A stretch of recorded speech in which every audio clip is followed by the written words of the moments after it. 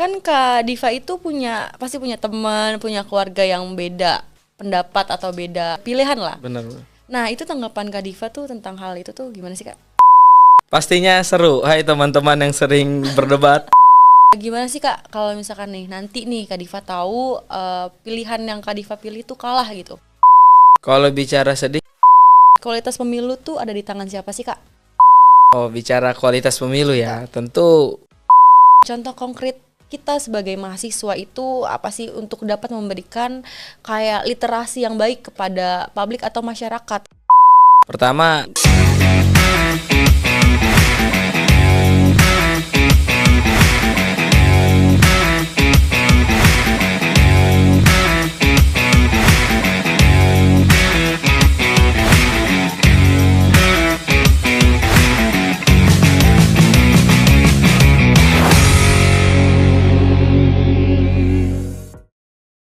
Halo teman pemilih, kembali lagi di kanal YouTube KPU RI. Nah, jadi ada yang berbeda nih dari penayangan podcast kali ini. Karena podcast kali ini adalah edisi spesial pemilih muda, maka kita berdua ambil alih podcast KPU RI kali ini. wah asik betul itu Kak. Jadi saya Faradia Sanandani Putri dari Universitas Trisakti dan Kak siapa? Dan Kak Muhammad Dipamujat dari Universitas Muhammadiyah Jakarta. Nah, jadi kita pengen ngobrolin seputar pemilu kemarin ya Kak. Oke, kita ambil alih dulu podcastnya. Sebelumnya saya ucapkan terima kasih dulu kepada KPU RI karena memberikan anak-anak muda kesempatan untuk berbicara di kanal YouTube ini. Oke, Kak Diva gimana nih kabarnya hari ini? Alhamdulillah sangat-sangat baik Kak. Oke, Kak Diva tuh dari kampus mana sih? Jurusan apa sama sekarang udah semester berapa Kak? Kebetulan tadi kalau kampus Universitas Muhammadiyah Jakarta dan saya berada di Fakultas Ilmu Sosial dan Ilmu Politik. Oke, nah semester berapa Kak sekarang? Semesternya semester 7. Lagi skripsian dong ya? Lagi skripsian. Lu sibuk banget dong. Dibilang sibuk enggak, justru karena sibuknya cuma skripsi doang, jadi nyari-nyari kesibukan yang lain juga kadang. Oke, berarti nggak ada kesibukan lain sekalian Nggak ada ngerjain kesibukan skripsi ya, Kak? lain. Oke. Nah, aku mau nanya-nanya seputar pemilu kemarin boleh ya Kak ya? Boleh banget. Jadi kan pemilu 14 Februari kemarin nih, itu pemilu yang keberapa buat Kak Diva? Kebetulan ini edisi spesial bagi KPU dan ini juga edisi spesial buat saya karena Perdana ini ya? perdana pertama kali saya untuk melakukan pemilu. Gimana tuh Kak rasanya? Pasti feel-nya beda banget kan ya? Beda banget karena biasanya pas masih kecil cuman dengar orang tua ngomongin ini calon ini dan sekarang kita juga dituntut untuk milih gitu. Bener, Jadi bener. ikut-ikutan juga tuh sama diskusi keluarga terkait presiden mana, ya kan DPR mana, legislatifnya siapa dan itu jadi yang beda di pemilu hari ini gitu. Betul.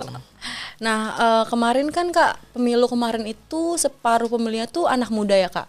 Menurut Kak Diva sendiri ini seberapa pentingnya sih peran pemuda atau apalagi mahasiswa nih dalam pemilihan pemilu atau kualitas pemilu pada tahun kali ini? Tentu ini menjadi sangat penting. Angka menurut data yang saya baca itu ada 65%. Oke. Maka dari 65% ini adalah hasil penentuan itu berada di tangan kita sebagai pemuda. Lantas kita bertanya, bagaimana pemuda hari ini dalam konsep politik hari ini? Saya melihat bahwa pemuda dan mahasiswa itu sangat memiliki peran-peran yang sangat penting. Ya kan? Yang karena awal tadi saya bilang gitu bahwa hari ini 65%. Jadi penentuan akhirnya ada di anak muda. Jadi sangat-sangat penting Kak bagi pemuda dan juga mahasiswa terutama. Berarti urgentivitasnya tuh penting banget ya? Sangat banget penting. Maka ya kita sebagai pemilih harus nyoblos gitu intinya. Gak boleh golput tuh Kak? Gak boleh golput. Nah kan kita nih Gen Z ya Kak, atau ya istilahnya digital native lah. Nah Kak Diva sendiri ini kayak memanfaatkan teknologi informasi nggak sih Kak? Kayak nyari tahu deh gimana penyelenggaraannya, gimana birokrasinya atau yang kayak gitu. Mungkin karena era sekarang udah jauh dan juga Gen Z ini tidak lekat dari smartphone-nya, tentu tanpa kita mencari pun itu akan datang sendirinya. Jadi informasi-informasi tersebut pasti akan berdatangan secara tidak langsung. Dan itu yang menjadi saya tanpa mencari pun harusnya sudah tahu terkait kepemiluan hari ini. Kayak gitu. Dan tentunya apa yang ada juga harus diseleksi tapinya. Mungkin itu dulu Kak. Betul. Nah Kak Diva sendiri nih pernah nggak sih Kak kayak nyari tahu tentang peserta pemilunya juga dari sosial media kayak gitu? Gimana sih kayak netizen kayak gitu? Jadi yang bikin Kak Diva tuh punya perspektif lain dari yang lainnya gitu Kak? Menurutku pemilu hari ini tuh makin sangat seru Kenapa? Pertama, media ini begitu masif. Oke. Ya kan? Jadi apapun yang ditayangkan di media sosial terkait pemilu itu memiliki kelebihan dan juga kekurangannya. Dan tentunya pemuda yang hari ini juga yang tadi Kakak bilang Gen Z yang tidak lepas dari smartphone ya. Iya. Tentunya itu 24 jam mungkin bisa membahas terkait pemilu hari ini.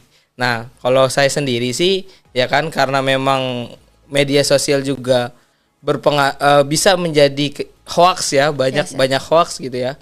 Jadi ada beberapa cara yang memang saya lakukan untuk melihat. Jadi saya nggak mau cuman dari sekedar TikTok misalkan, Ya, betul. ya kan. Terus juga nggak cuman dari Twitter ataupun Facebook, tapi saya juga mencari tahu lebih detail terkait apa yang menjadi visi misi calon, terus juga apa yang menjadi program unggulan dari si calon, track record dan lain-lain. Mungkin itu sih Kak. Oke, nah Kak kan pas pemilihan kemarin nih, untuk menentukan Kakak tuh kayak apa ya, kayak mencari rekam jejak nggak sih Kak dari peserta pemilu kemarin? Jadi kayak Kakak tuh menentukan dari rekam jejaknya peserta pemilu kemarin. Pastinya kita kalau aku pribadi mencari rekam jejak dari seluruh calon ya, baik itu dari presiden, legislatif dan juga eksekutif. Dan itu harus benar-benar detail gitu. Oke, thank you segitu dulu sih Kak, karena jangan kemana-mana, kita break dulu tetap di kanal YouTube KPU RI.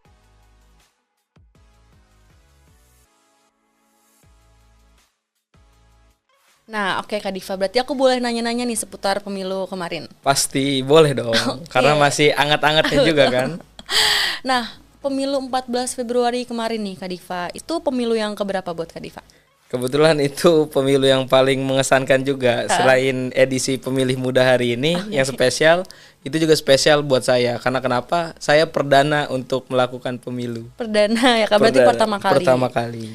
Itu gimana Kak?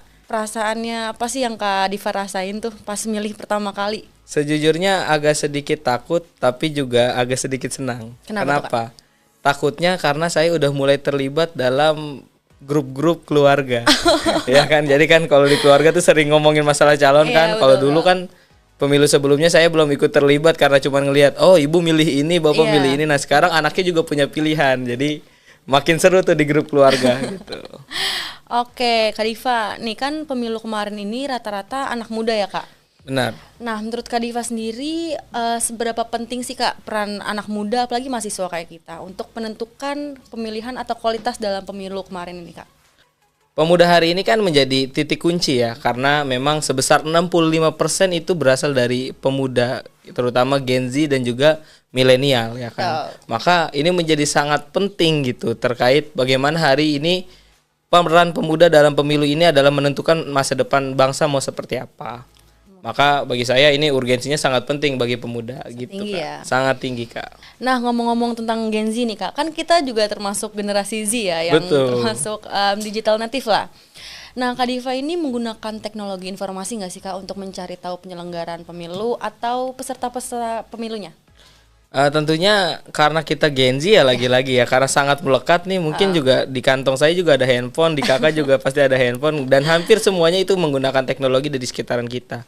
Jadi tanpa secara sadar dan secara tidak langsung sebenarnya informasi yang mencari kita, bukan kita yang mencari informasi. Jadi informasi yang banyak ini pasti melewati Gen Z ini gitu Kak.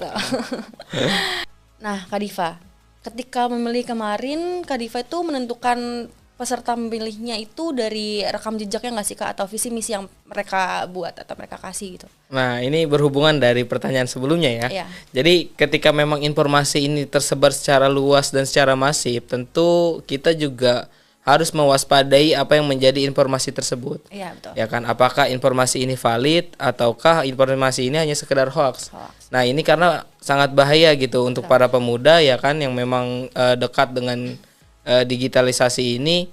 Maka jika dibilang mencari tahu atau tidak, harus mencari jawabannya, bukan mencari atau tidak, karena kalau tidak itu sangat bahaya sekali. Maka saya katakan harus mencari informasi tersebut.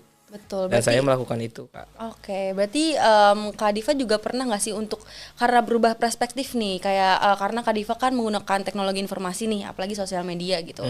Kak Diva jadi ngambil perspektif dari netizen yang lain gitu. Jadi Kak Diva milih beda pilihan, itu Kak Diva pernah nggak sih Kak? Saya sih lebih suka ngelihat komentar-komentar gitu ya. Oke, Kadang ini seru gitu karena ramai sekali gitu. Tandanya apa? Pertama, saya senang karena hari ini pemuda betul-betul ikut andil dalam kontestasi pemilu hari ini. Betul. Ya kan, tandanya secara tidak sadar walaupun terlepas dari dukungan A atau B atau C, tapi mereka melihat gitu loh hari ini dan mendengarkan informasinya. Jadi saya rasa itu sangat bagus juga gitu.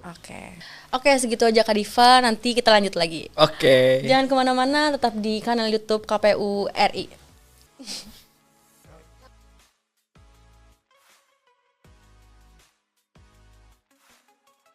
Teman pemilih yang baru bergabung, jangan kaget karena aku Faradia Sanandani Putri dari Universitas Trisakti lagi ngambil alih nih podcast KPU RI. Tapi aku nggak sendirian, aku di sini ditemenin sama Diva dari UMJ.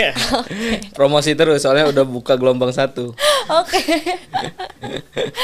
Nah, Kak Diva, kita boleh lah lanjutin obrolan-obrolan tadi. Boleh banget. Tapi kali ini bukan ngobrolin tentang pemilu lagi nih, Kak. Waduh. Tentang esensi dari pemilu yang kemarin-kemarin ini, Kak. Oke. Tapi pengen tanya sih kalau misalkan kayak tentang perbedaan-perbedaan gitu, Kak. Oh, oke. Itu seru juga soalnya di media kan.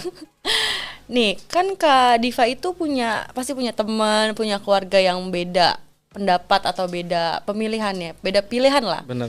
Nah, itu tanggapan Kak Diva tuh tentang hal itu tuh gimana sih, Kak?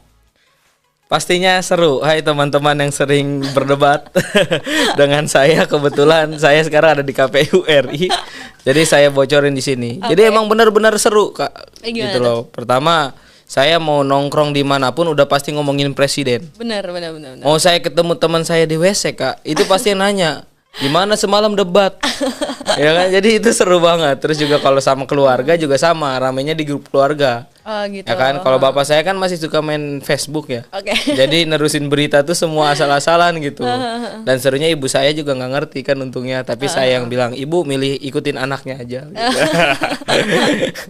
Oh, pasti tuh selalu ada perbedaan pendapat gitu ya, Kak ya. Pasti itu pasti. Tapi Kakak toleransi nggak kalau misalnya kayak ada yang ngatain Kakak karena Kakak milih ini gitu-gitu?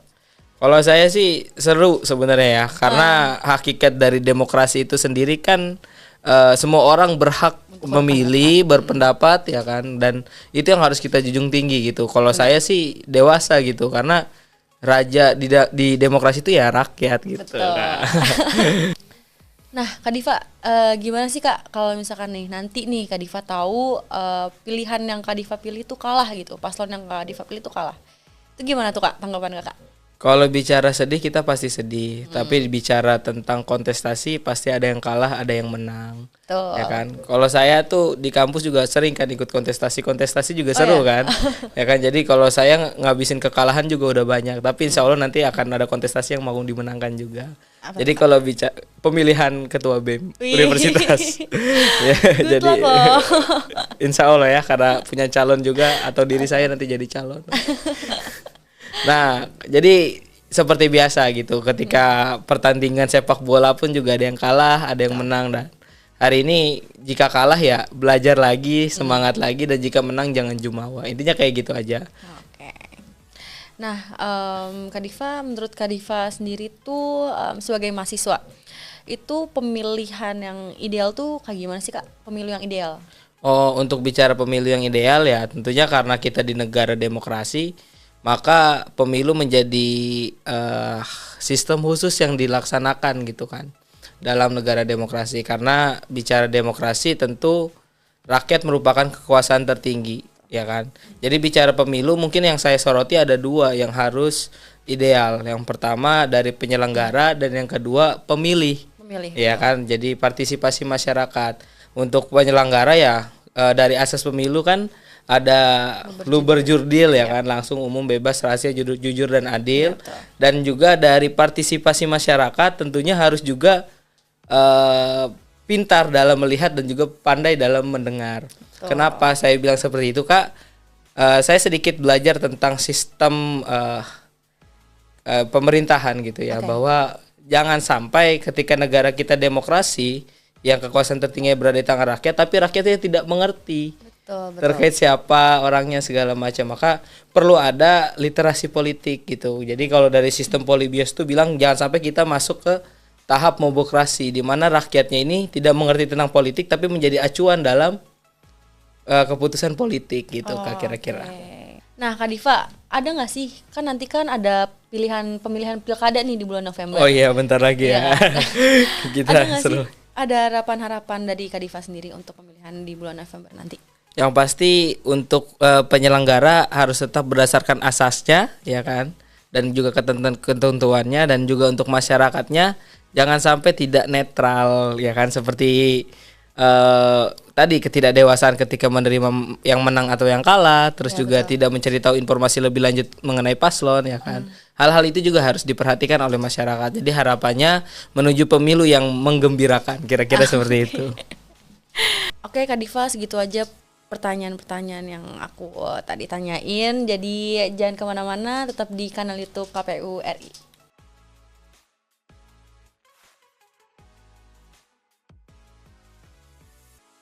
Halo teman pemilih yang baru bergabung, kembali lagi bersama saya Farah Dias Anandani Putri dari Universitas Trisakti dan Diva dari Universitas Muhammadiyah Jakarta.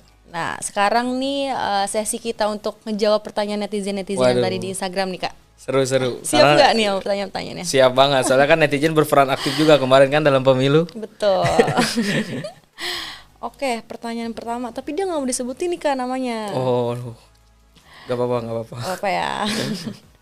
Katanya nanya gini, kualitas pemilu tuh ada di tangan siapa sih Kak? Oh, bicara kualitas pemilu ya, tentu bicara tentang kualitas pemilu harus semua sektor itu harus melakukan tugasnya dengan baik. Bukan hanya dari penyelenggara tapi juga masyarakat. Jadi kalau dilihat secara keseluruhan mungkin elemen dari pemilu kan ada partai politik ya kan, terus juga ada penyelenggara, bahkan pemerintahan dan juga masyarakat ya kan. Dan tentunya juga peran kita sebagai mahasiswa ya kan. Dari partai politik mungkin bisa ya kan, terkait salah satu fungsi partai politik juga untuk memberikan pendidikan politik kan kepada masyarakat. Nah kan, nah itu juga harus lebih masif gitu pendidikannya, bukan hanya sekedar kepentingan saja gitu kira-kira ya kan. Dan juga mungkin partai politik bisa menyiapkan kader-kader terbaik gitu loh untuk memimpin yang mengisi kursi-kursi yang dilaksanakan di pemilu, termasuk dari presiden, eksekutif dan juga legislatif gitu. Dan untuk masyarakat juga diminta untuk mencari informasi itu sebanyak-banyaknya. Dalam artian tidak asal dalam memilih gitu, harus juga melihat ya kan apa-apa aja yang dilihat dari sosok yang akan dipilih oleh mereka segala macam. Begitu juga dengan elemen-elemen pemerintahan yang lain. Dan yang penting juga itu juga dari mahasiswa ya. Bicara tentang mahasiswa sebagai agen perubahan, tentunya dalam mengawali pemilu ini juga menjadi suatu hal yang sangat penting, ya kan. Pertama, mahasiswa yang diberikan anugerah ya kan, untuk diberikan pendidikan yang layak dibandingkan masyarakat yang lain harus menjadi tangan panjang ya, tangan panjang kepada masyarakat untuk memberikan juga edukasi terkait apa yang menjadi politik hari ini. Terus yang kedua, saya juga kebetulan ikut organisasi Kak. Oh ya, organisasi apa? Jadi ikut organisasi Ikatan Mahasiswa Muhammadiyah. Dan itu tingkat fakultas, dan kebetulan juga kami juga sering ada kajian-kajian diskusi terkait apa yang menjadi problematika kebangsaan. Terus yang kedua juga terkait kepemiluan juga kita bahas. Dan alhamdulillahnya kemarin kita mengadakan kegiatan pendidikan pencerahan politik tuh Kak. Oh ya, itu diselenggarain di mana tuh Kak? Itu diselenggarakan di kampus kita, dan kebetulan itu sampai nginep 3 hari. Jadi kita bicara tentang politik tuh seperti apa gitu ya kan, tujuan utama politik tuh sebagai the good life katanya.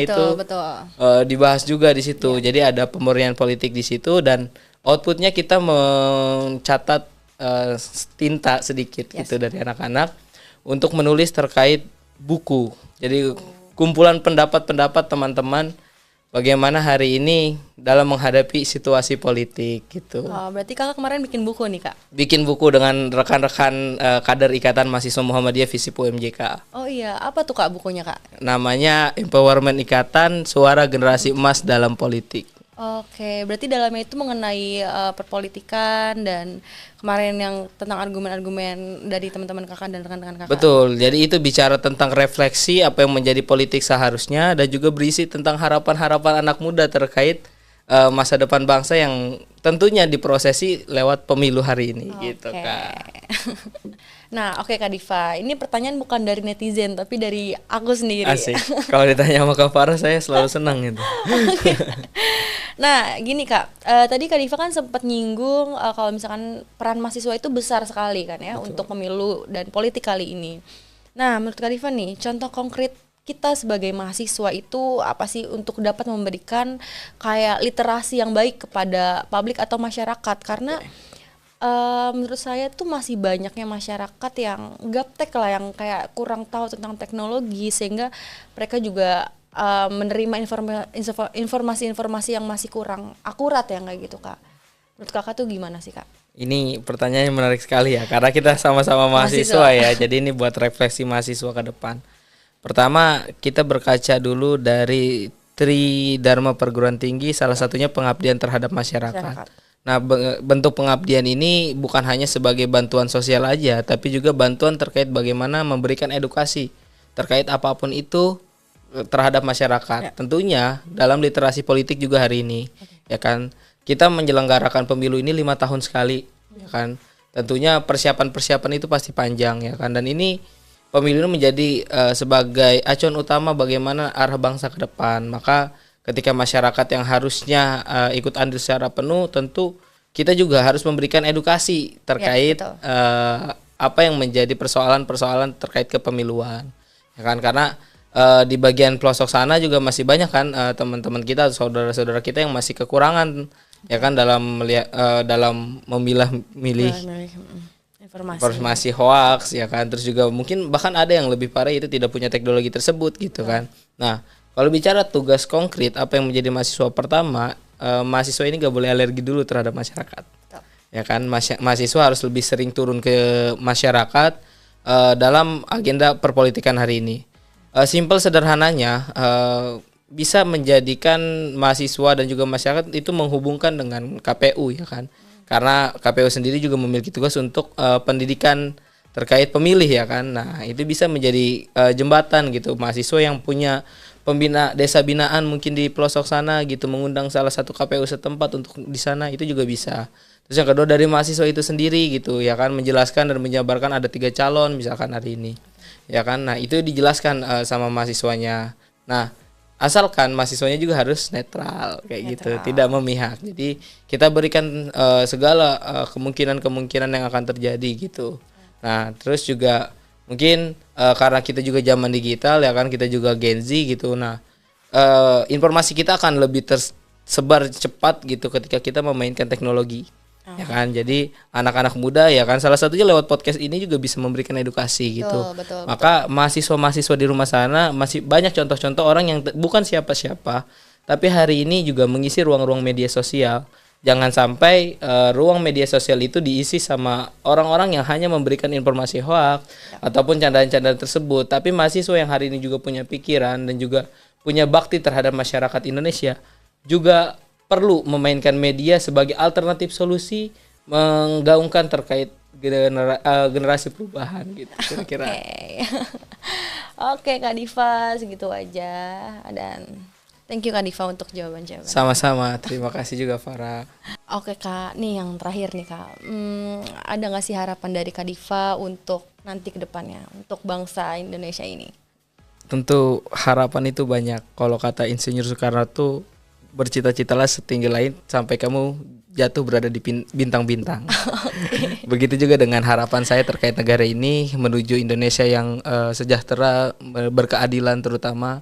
Tentu itu harapannya, dan lewat pemilu ini masyarakat, seluruh stakeholder yang tadi kita bahas di pertanyaan sebelumnya, itu dapat berperan aktif sesuai dengan tugasnya masing-masing. Kita menuju Indonesia yang lebih baik bersama. Terima kasih. Oke, terima kasih Kak Diva untuk podcast kali ini, dan terima kasih sama-sama buat waktunya. Terima kasih kembali juga kepada Farah. Oke, untuk teman pemilih jangan lupa untuk selalu saksikan podcast KPU RI di kanal YouTube KPU RI. Podcast KPU RI. Terdepan bicara kepemiluan. Bye.